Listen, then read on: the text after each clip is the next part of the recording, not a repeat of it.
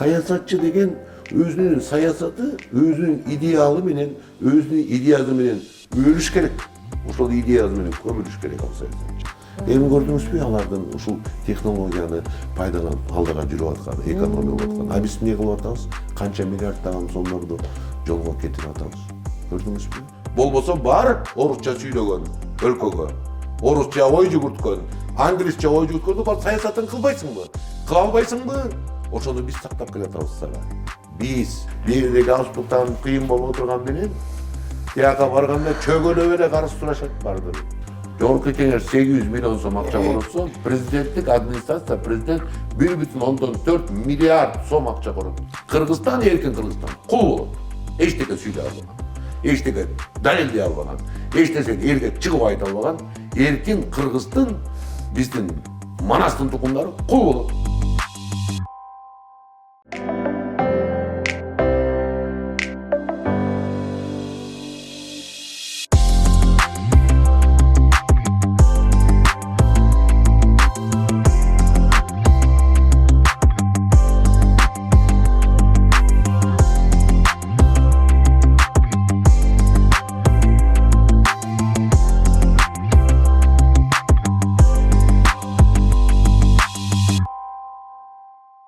Саламатсыздарбы, урматтуу YouTube каналымдын көрүүчүлөрү, сиздердин суранычыңыздар менен бүгүн Садык Шернияздын үйүндө коноктобуз. Саламатсызбы агай?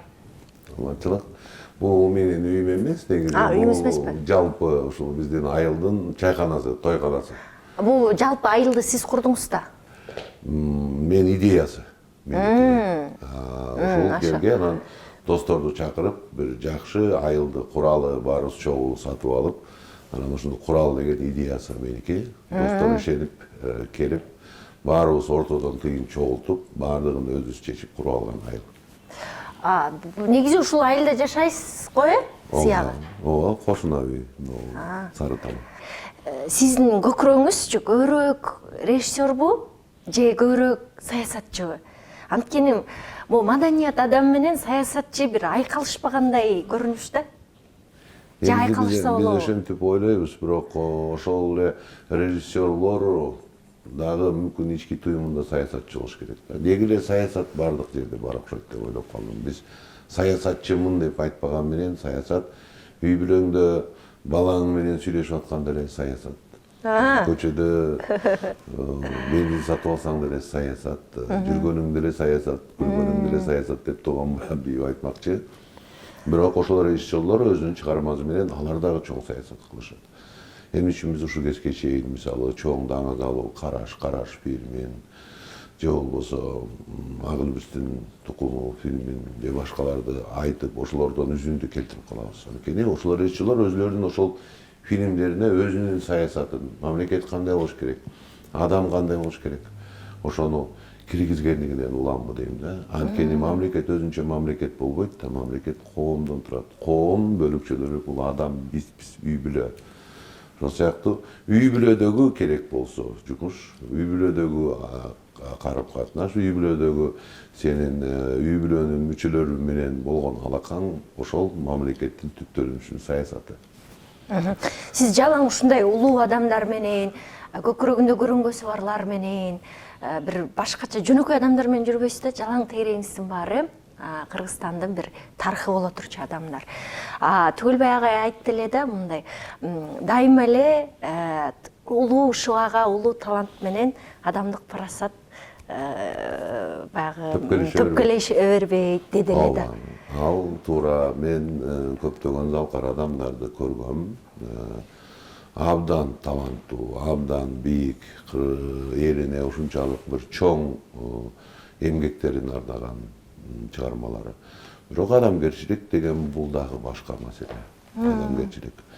Көп нерсе таланттары мүмкүн ошол убактысы жоктугунан, мүмкүн ошол өзүнүн жан дүйнөсүн, убактысын деги эле баардык тулку боюн талант үчүн, тулку боюн өнөр үчүн таштагандар кээде жөн эле адам менен, бир тууганы менен, достору менен олтуруп кеп кеңеш кылганга убактысы тийбейт дагы. Ошол адам кырс көрүнөт. Ошол адам bir boyun көтөргөндөй көрүнөт. Ошол адам bir жаман сапаттары өзгөчө бөлүнө калгандай көрүнөт дагы. Кээде биз айтабыз, улуу талант, бирок адамгерчилиги жок деген дагы сөздөр болот.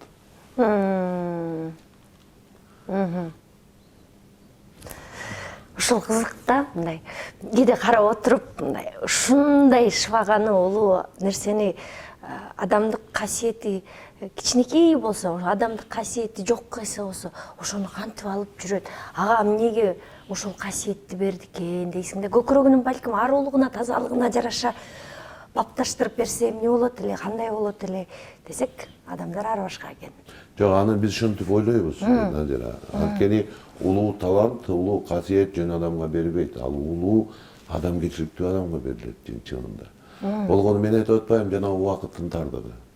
Жанагы баардыгы ошол ой менен жүргөндө. Мисалы ошол адам бир чыгарманы аздектеп, бир ойлонуп жүргөн убакта сен албетте барып бир майда жумуштарды айтсаң, мүмкүн алып тез кагып коюшу мүмкүн. Башканы аны түшүнчү болот.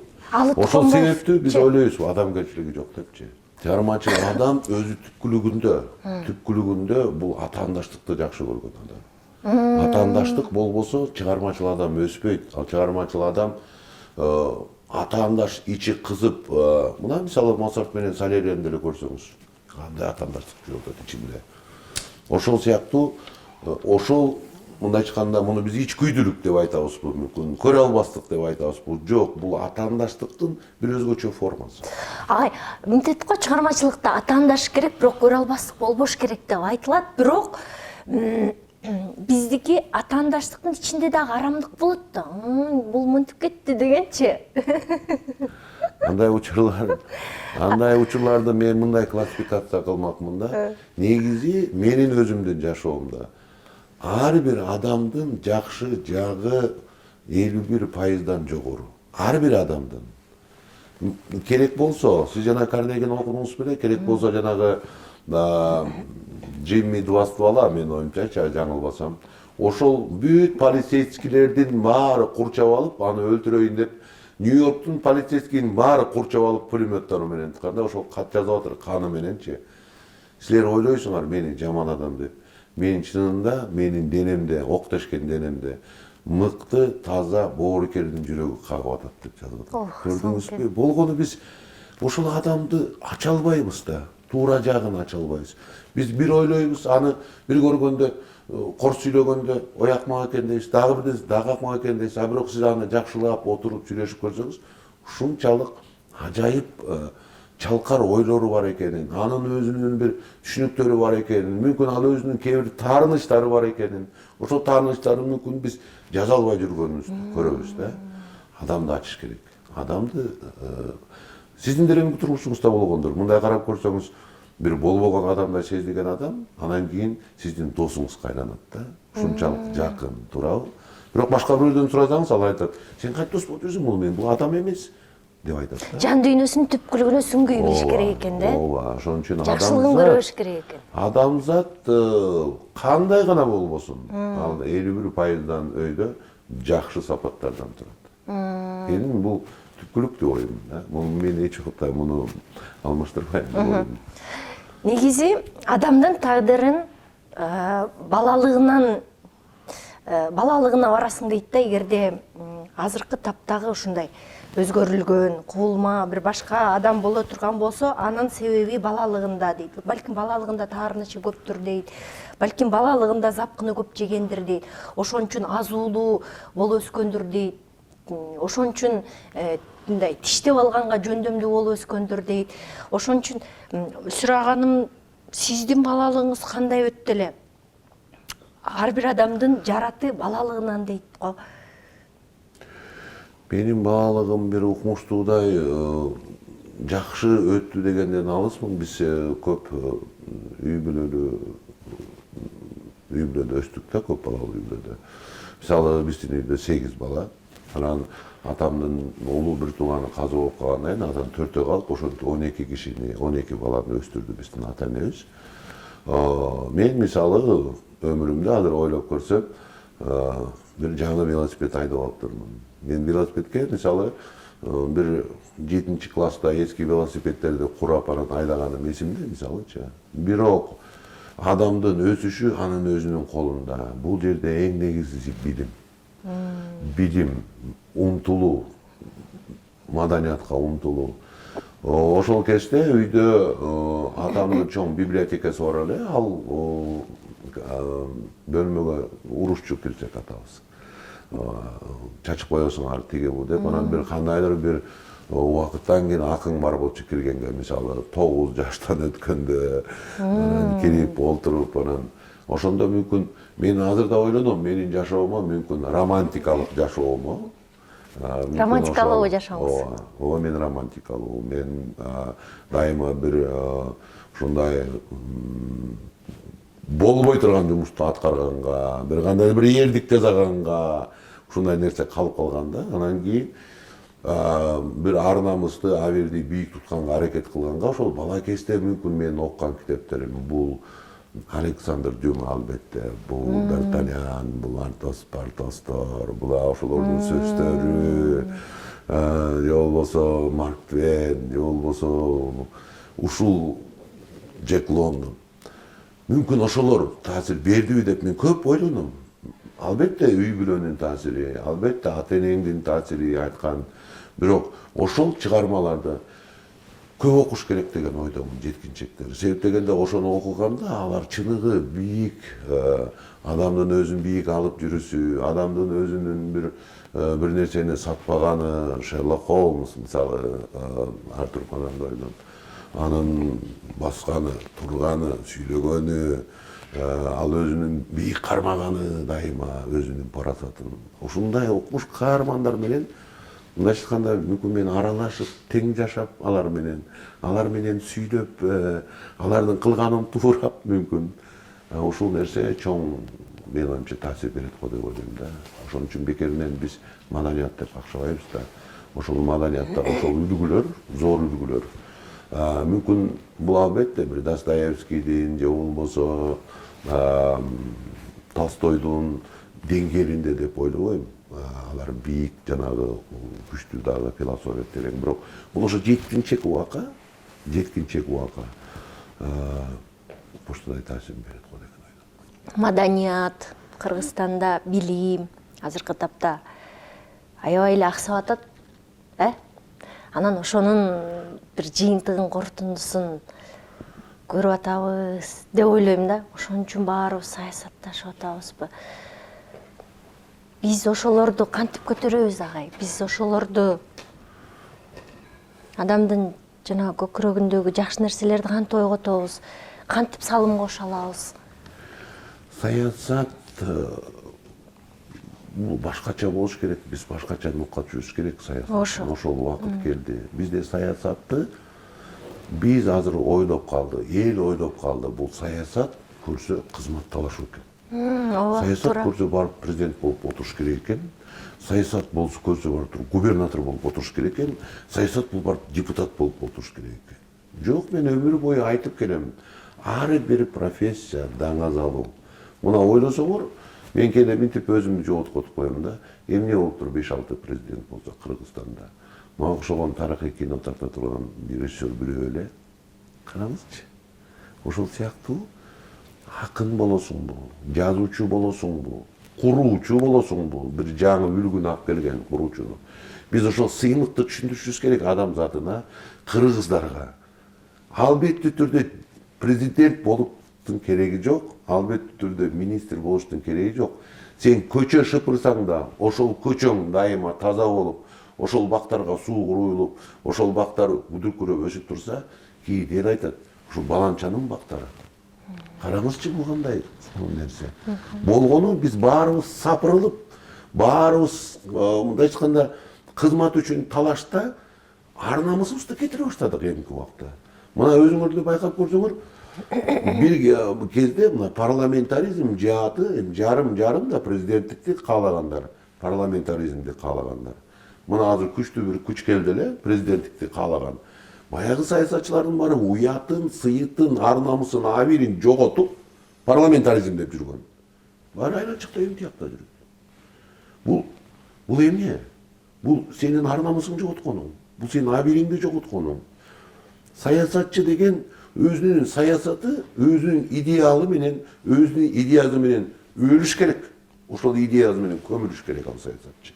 Жок, биздин саясатчылар ким жылт этип жаңы күч келе турган болсо, баардыгы эле кайта барып айланып, сиздин көзүңүз жакшы, сиздин сөзүңүз жакшы, мага эптеп бир кызмат берип койсоңуз экен, ой болсо тиги аппараттын башчысы, болбосо губернатор, болбосо аким эптеп бир деген алыш керек.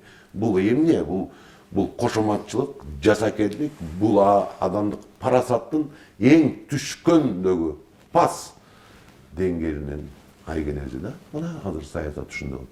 Мындай саясатты биз бузушубуз керек. Кандай Биз деген саясат? саясатта, мына менин программамда айтып атам, билим. Бүгүнкү күндө деп атам. Эгерде биз Кыргызстанды сактап кала турган болсок, Кыргызстан алдыга жыла турган, аракет кыла турган болсок, бул билим. Демек, анда мугалим ал президенттен да сыйлуу, депутаттан да сыйлуу, губернатордон да сыйлуу кесип болуш керек. Ошондой болуш керек. Мына ошондо мугалимди биз сыйласак, коом сыйласак, анда мугалимдер сый көрсө, алар ашык тыйын да сурабайт, Назира. Ушуга ыраазы болот. А минтип айтышат, кантип сыйлуу кылабыз? Мына акындарды сыйлуу кылып алдык го. Мына кинематографисттерди сыйлуу кылып алдык го. Албетте, манасчыларды сыйлуу кылып алдык го. Эми албетте айтыш фондунун акчасы жетпейт экен бардыгына сыйлуу кылып алганга. Бул үчүн мамлекеттик механизмдер керек экен көрсө. Эртең президент туруп, мен ушул мугалимге тизелеп башымды ийем. Керек болсо тизелеш керек мугалимдерди алып. Сейил көрөт да, көрсө мугалим басып турбайт. Мына президент өзү тизелеп атат. Керек болсо, суранып атат дейт.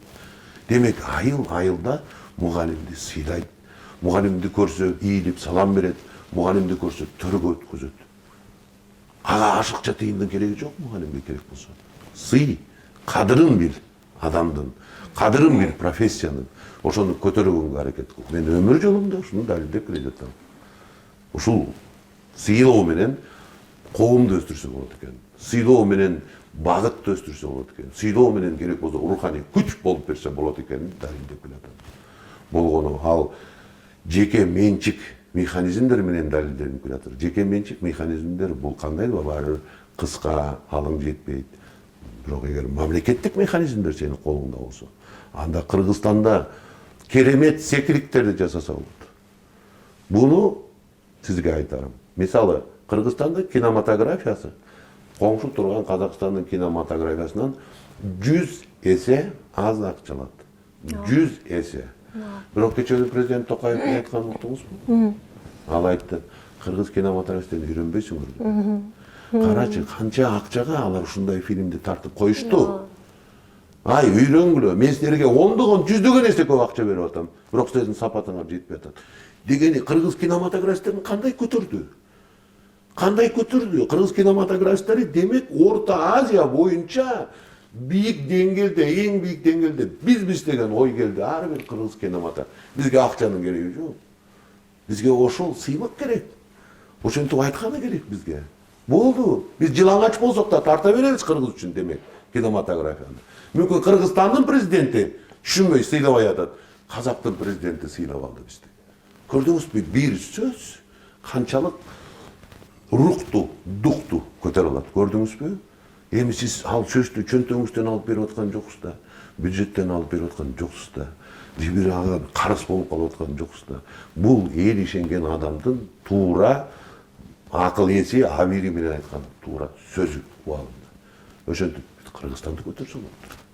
Мен ушуну айтам. Кайсы бир маектешим айтты эле да, кайсы гана жумушта болбосун, мейли ал саясатта, мейли ал бир чоң кызматта болобу, бул чыгармачыл адам болсо, чыгармачылыгын кошмоюн жөн эле мындай жылаңач аналитика менен, жылаңач нерсе менен көп нерсеге жете албайт.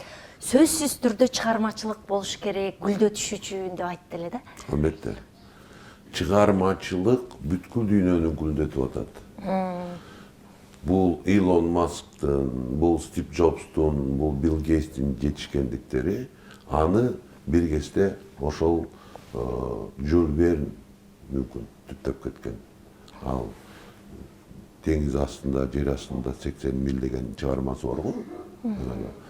Жер астында сүзүүчү кайыкка чыгып. Учуучу аппараттар жөнүндө фантасттар жазып кетпесе, анда учуучу аппараттарды ойлонуп табылган эмес. Американын ар бир жаңылыгын карасаңыз, чыгармага байланыштуу салыштырылып чыгарат. Кадимкиде баягы фильм бар эмеспи?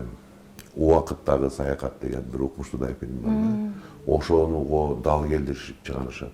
Анткени чыгармачылык бул 10 жыл, 30 жыл, 100 жыл, 500 жыл алдыда жүрөт. Ал ошол чыгармачылыгы менен, фантазиясы менен боло турган окуяларды, боло турган техникалык прогресстерди жазып өтүп кетет. Анан адамзат ошол негизде ошону кабыл алган киши анан ушул нерселерди чыгарат.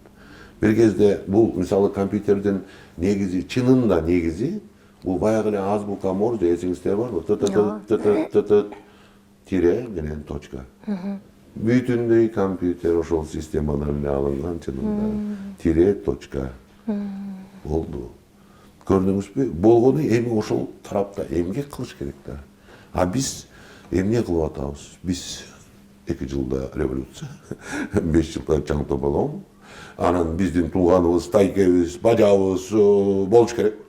Губернатор ким? Болду. Карасаңыз эмне кылып атабыз? Ошол жааттардагы биз өстүрүп, чыгармачылыкты өстүрүп, башка нерселерди өстүрсөк, биздин Кыргызга пайдасы келет эле го. Мына ушул көчөдө мисалы могу асфальт 7 жыл болду. Бул Америка технологиясы менен салынган да. Америкада көрсө бир суюктук чыгыптыр. Аны топуракка аралашса таш болуп катып калат экен. Ишенесизби? Мен ишенбейм да, албетте. Ишенбейм, мен алдырдым пароход менен ошол суюктукту. Салдырдым да, көрдүм. Чын эле. Жана Эмир Сарпашев деген жолчу келип оозун ачып калды. Жылына келип карап кетет о асфальтты. Анан негизи ошол суюктук менен салсам, 2 эсе арзан болот экен да.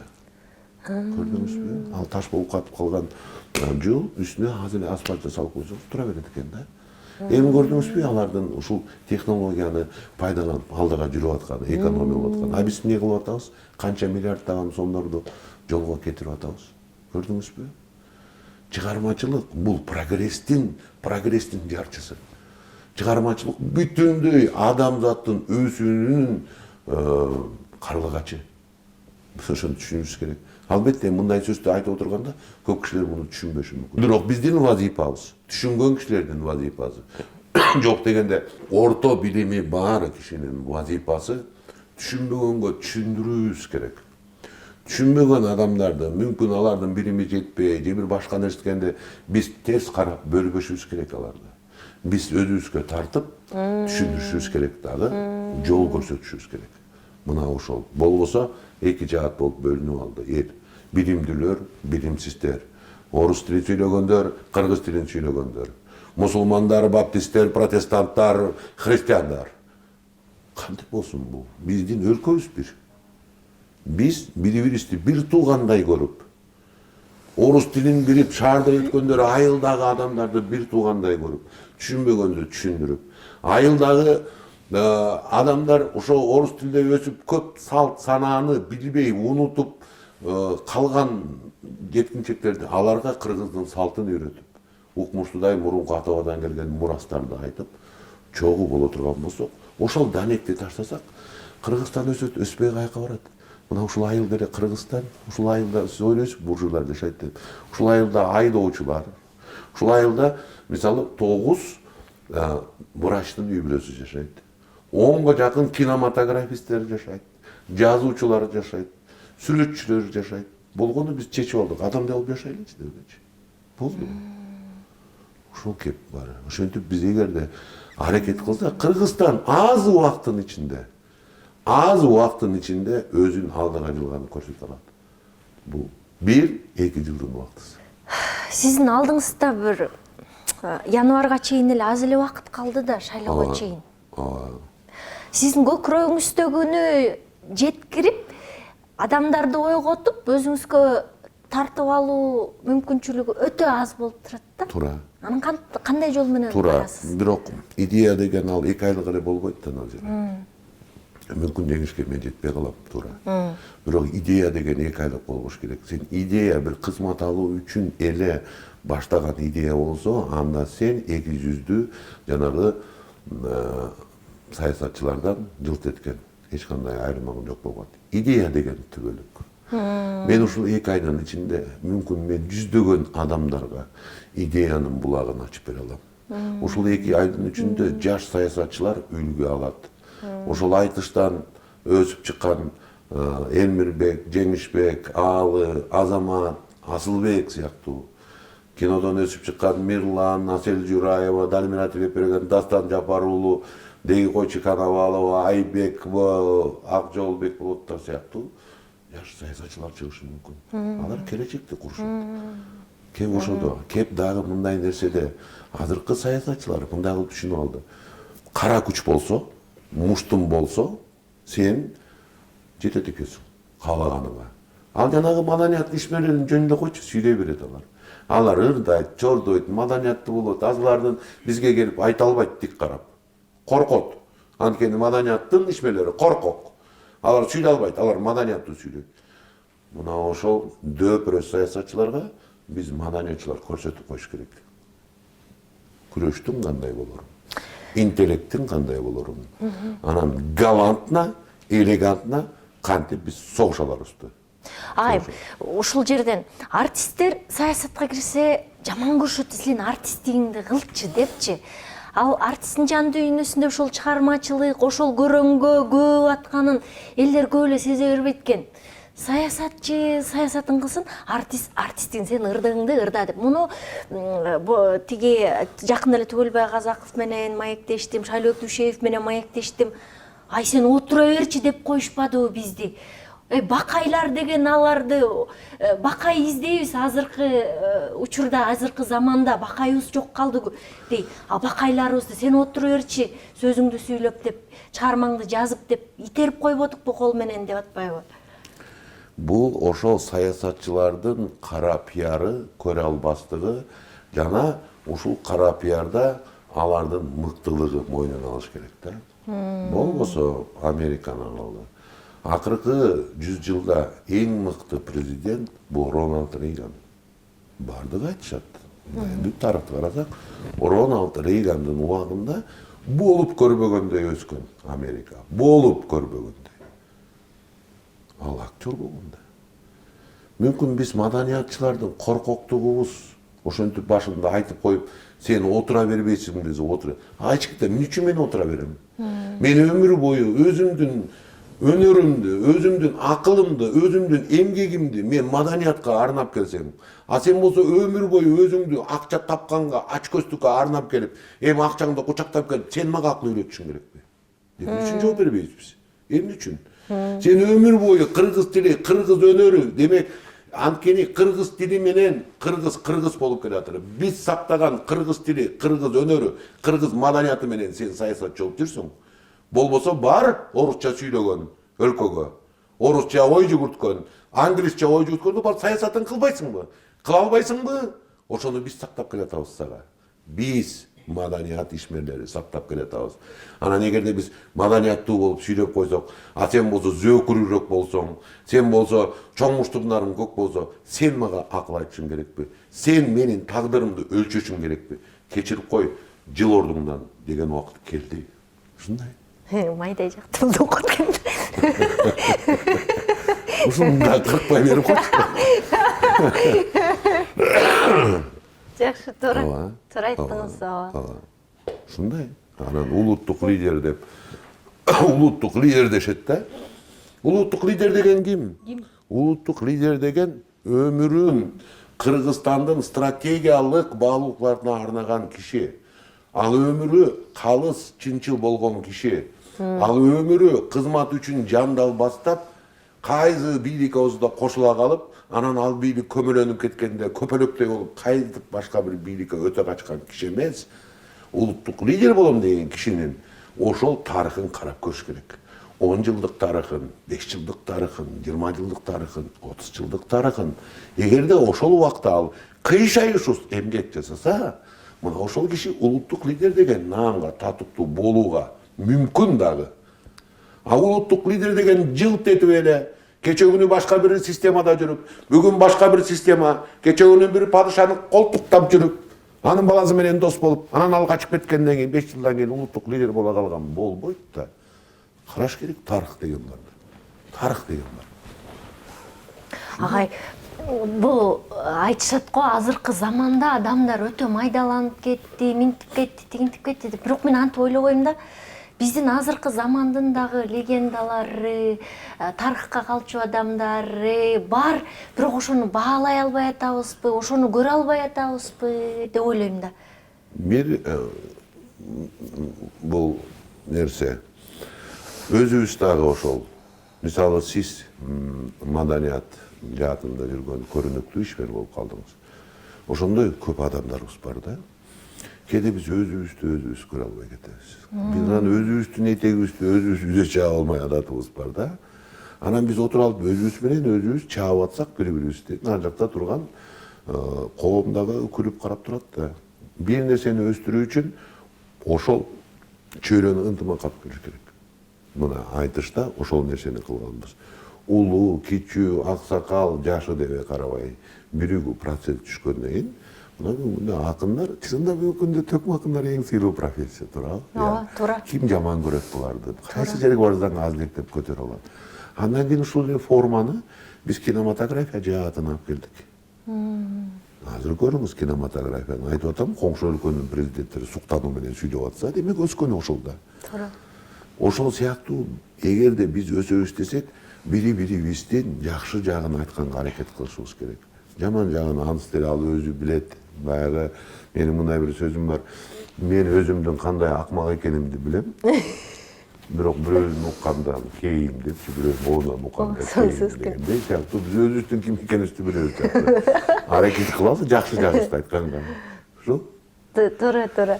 Бүгүнкү берүүбүздө эң эле жакшы өзөк бул адам бири-бирибиздин ошо жакшылыгыбызды көрө берели, жакшы жагыбызды көрө алалы деген сыяктуу жакшы бир уютку таштап кеттиңиз.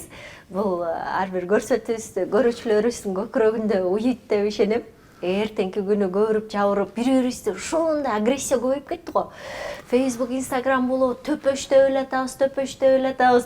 Деги жамандыгын чыгара албай калсак, жамандыкты жармаштырып алып, төпөштөп атабыз деги. Агрессиянын көптүлүгү, Назира, ошол биздин саясий лидерлерибиз идея бере албагандыгы. Ооба, туура айттыңыз ушул. Алардын идеясы баягы эле жедеп, жыртылып бүткөн. Азыр сүйлөсө, азыр булар программа мен билем эмне деп айтышат. Ынтымакта бололу, биримдикте бололу. Ушунча гана бир жакадан баш, бир жеңден кол. Мунун баары бүткөн. Муну угуп бүткөн кыргызды таң калбайбы? Кыргыз 30 жылдан бери угуп келет. Керек болсо партияларды ачып алганбыз ушундай ат мененчи. Ошол жардам бердиби? Туура. Жаңы идея бериш керек кыргызга. Мына идея билимдөстүрөлү. Мына идея. Коом мугалимдерди сактап, коргоп, аларды аздектеп алалы. Жаңы идея. Мына экономиканын жаңы багыттарын минтип өстүрөлү. Мисалы бизде сырткы инвестицияларга барып, чөгөлөп, кайыр сурап жүрөт. Биздин президенттердин көргөн деле күнү курусун чынындачы. Кайырчыдан айырмасы жок. Ойлонуңуз, барып алып туруп, бирдеги галстуктан кыйын болуп отурган менен, тияка барганда чөгөлөп эле карыз сурашат бардырбы. Ошого жетпей эле элге кайрылып, кагылайын эл, болду эми. Бийик тамдарды салганды токтотолу. Жоң тойлордуга кеткен акчаны мына момундай экономикалык проект болуп атат. Мамлекетке кириштүү, мамлекетке жакшы, баарыбызга жакшы. Ушуга кошулгула, биз гарант болобуз. Керек болсо ушул жолдорду салалы. Мисалы, Бишкек-Сосновка жолу. Туура ал төлөп жүрүүчү жол болот. Төлөбөйсүңбү? Чоң тиги кара балта менен бара бер. Сен эч ким жолун тосуп аткан жок. Десе, элдин баары ушул жол менен жүрөт, чынында эле төлөп элечи. Ким 2 саат айланып жүргүзүп келсин кара балта менен. Ал пайдасын алып келсе, onu 3,5 миң метрден калтырап титиреп өтүп атабыз onu төө ашууданчы. Анын астына 1 километр астына салсак, болгону 12 километр туннель болот. Ал акчаны кыргыз бир күндө чогултуп кое алат. Эгер урдабасын билсе, эч ким кол салбасын билсе. камераны коюп койсо, ким болбосун, президент болсо төлөп өтсүн десе, ал 2 жылда актайт. Ошондой эле өзүбүздүн тыйым менен өзүбүздүн экономикасты көтөрүп алсак болот биз. Болгону ошол лидер болбой атпайбы? Болгону биздин лидерлердин идеясы, негизги идеясы. Мага кызмат бер. Ооба, туура айттыңыз, көкүрөгү көңдөйлөр эмес, көкүрөгү толгон, көрөнгөсү көбүрөөк адамдар келсе жакшы болот эле. Мисалы үчүн Түркияда болобу, башка, мисалы Өзбекстанда даже идеяны мамлекет берет дагы, анан алар сериал, передачалары аркылуу эле элдерге жамы журт, бул масс-медиа деген укмуштуудай курал да. Анан, мисалы үчүн азыр мен түрктөрдүн сериалдарын өлө жантыгыман жатып алып көргөн адаммын. Бабил, баба оол, атасы менен баланын мамилесин ушундай сон кандай аталар болот, кандай балдары болот, атанын балага болгон сүйүүсүнөн кандай дан өсүп чыгат, ушуларды көрсөтөт. Алиф Алефте болсо, аялга зордук, зомбулуктун арты кандай бүтөт, аял кал жашоодо, турмушта кандай роль ойнойт, ушундай сон идеяларды берет десеңиз, бизде ал нерсе жок. Идея берген азыр ушу акындарыбыз. Ооба. Бирок көйүтүшүбүз керек. Биз көйүтүшүбүз керек. Биз керек деген жазуучуларды сыйлаган акыбалга келишибиз керек. Биз деген тарыхыбызды эстеш керек. Биздин дагы тарыхтарыбыз бар. Мисалы тарыхыбыз бар. Мисалы Чыңгыз Айтматов. Эним кантип Чыңгыз Айтматовдун мекенинде бизде көрүнүктүү жазуучулар болуш керек, жаш. Ошол ойду айтса, ошол коомго айтса, коом көтөрүп чыгат ушуну. Тилекке каршы саясатчылардын коомго айтканы бир гана нерсе болуп турат. Кызматка жулкуналы, басып алалы болуп атпайбы? Мына башка нерсени биз көрбөй эле көрүлөтбүз 25-30 жылдан бери. Муну токтотушубуз керек. Токтотушубуз керек, бийликти бөлүштүрүп бериш керек болсо. Президент бийликти бөлүштүрүп бериш керек. Сиз билесизби, жогорку кеңешти жамандай эмеспиз. Жогорку кеңеш ушунча акча, көптөгөн эбегейсиз акчаны коротот деп айтабыз, Сиз билесизби, жалгыз президент жогорку кеңештен 2 эсе көп акча коротот. Бул кантип болсун? Бюджети, президенттин бюджети дээрлик 2 эсе көп жогорку кеңештен. Жогорку кеңеш 800 миллион сом акча коротсо, президенттик администрация, президент 1,4 миллиард сом акча коротот. Кантип болсун? Неге? Көрдүңүзбү? Бизге билинби, булар акчаны, башка нерсени, бюджетти басып алып, эми ошол жакшы, мыкты кийим кийгизи келет, мыкты машина менен жүргүзү келет, элдин эсебинен, жанагынтип элдин эсебинен чогулган акчаны, андан көрө президенттин бюджетин 3 эсе кыскартып туруп эле, 4 эсе кыскартып туруп, ошол акча менен Кытайдын карызын жаппайдыбы? Президентке эмне кереги бар анча акчаны? Парламенттик башкарууну колдоп атасыз сиз. Ооба, анткени парламенттик башкаруу биздин бүт мынау көйгөй. Бүгүнкү дагы мына 30 жылдык келдик саясатта, саясатта 30 жыл. Бирок карасаңыз, азыр парламентаризм менен президенттик деген экеле идея бар да негизги. Ошо парламентаризмге эч ким даап айта албай отурат бүгүнкү күндө. Логика таянганда жарымызы саясатчылардын парламентаризм деп чыгыш керек эле да, туура? Эмне үчүн? Эртең мени камайт, эртең мага иш козготот, эртең мени мындай зыян кылат деп коркуп отуруу. Эркин Кыргызстанда саясатчылар коркуп отуруу. Демек, кээ бир нерсе эркин эмес экен да. Ойлоп көрсө эркин эмес экен да. Факты. Ушул эркин эместикке кайсы институт алып келип атат? Президенттик. Мына сиз жооп берип атасыз. Бул биздин шорубуз президенттик. Мына азыр баш көтөрбөй калды саясатчылар. Президенттик дагы биз уланта берсек, биз кул болобуз барыбыз. Кыргызстан эркин Кыргызстан кул болот. Эчтеке сүйлөй албаган, эчтеке далилдей албаган, эч нерсени элге чыгып айта албаган эркин Кыргыздын биздин Манастын тукумдары кул болот. Мына ушул. Эл түшүнбөй эле бирок парламентаризмге үчүн чыгып атканым. Парламентаризм деген жерлерден тандалган айбири бар, таза адамдар келет.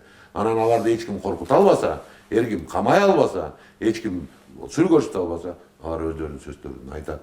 Бир кезде болгон ушундай. Ошол кезде таанылган саясатчылар келет азыр деле.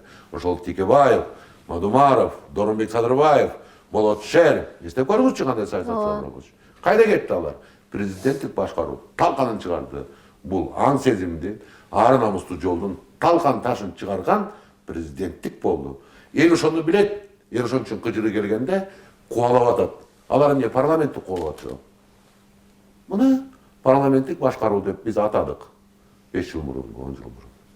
Кимди кубалады эл? Президентти кубалады. Эмне үчүн? Анткени эл билет ким чалмакейди чалып атканын. Болсо парламентти кубалабайбы. Анткени парламент деген көпчүлүк. Илгертен бери биз курултай деп, кеңешип кескен бармак оорубайт деп, ийири отуруп түз кеңеш деп, өзүбүздүн макал лакаттарыбызда мента ылдык түрдө биз парламенттик башкаруу менен келгенбиз. Кыргызда деги эле болгон эмес, бир хан башкарган деген. Керек болсо Манас болуп турганда алты хандын чатагын эстеңизчи. Көрдүңүзбү? Анан кайсыны айтабыз? Биз өзүбүздүн тарыхый жолго түшпөйлүбү? Качанга чейин биз Швейцарияны туурап, анан кийин болбой калса Сингапурду туурап, биз Сингапур боло албайбыз. Сингапур болуш үчүн баары чогулуп келип Бишкекте жашаш керек. Сингапурду барып көрүшсүн, Гонконгду. Мен барып көргөм, жүрөгүм кыз өлөйүн деп калгам мен Гонконгдо. Же аба жок, же эчтеке жок. Же керегиң баары үй. Биз деген өзүбүздүн суусамырыбыз менен, чаткалыбыз менен Аксай, Арпа, Алабука менен жашашыбыз керек. Биз кыргызбыз, биздин жолубуз бөлөк. Ошо өзүбүздүн жолубуз менен барышыбыз керекпиз. Мына ушуну айтып атам.